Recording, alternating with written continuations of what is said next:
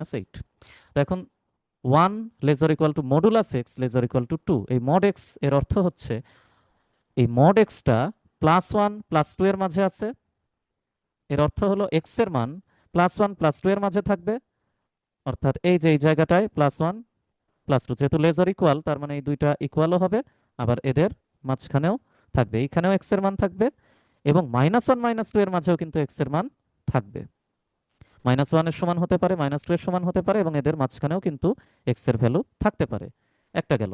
এরপরে যদি আমরা চিন্তা করি, আমরা যদি ওয়াই এর কথাটা চিন্তা করি, তাহলে ওয়াই এর মান 4 আর 5 এর মধ্যে আছে, মড ওয়াই এর মান 4 এবং 5 এর মধ্যে আছে। এর অর্থ হলো 4 আর 5 এর ভিতরে ওয়াই এর মান থাকবে, আবার -4 -5 এর ভিতরেও কিন্তু ওয়াই এর মান থাকবে।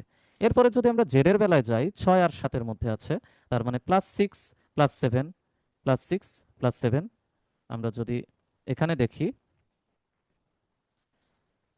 এই দুইজনের মধ্যেও জেড আছে, আবার -6 -7 এখানেও কিন্তু জেড এর ভ্যালু আছে।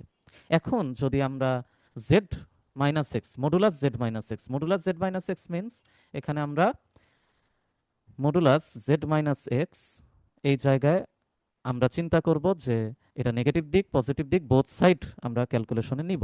তো এটার মিনিমাম ভ্যালু কত হতে পারে দেখো। মিনিমাম ভ্যালু যদি আমরা চিন্তা করি, তাহলে এই যে এক্স আছে এইখানে, জেড আছে এইখানে, এই যে ফুল এই এই এই মাথা থেকে শুরু করে একদম এক্স এর আগ পর্যন্ত, অর্থাৎ এই ফুল জায়গাটা এটা একটা হতে পারে, আবার এই এক্স আর জেড এর মাঝখানে আরেকটা জায়গা হতে পারে। এখন মিনিমাম আর ম্যাক্সিমাম বলে দুইটা টার্ম আমাদের বের করতে হবে, যেহেতু আমরা রেঞ্জ বের করতে চাই। তাহলে মিনিমাম কত?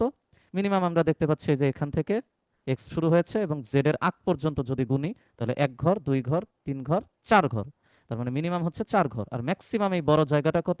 1 2 3 4 5 6 7 8 9 ঘর, ম্যাক্সিমাম হচ্ছে 9।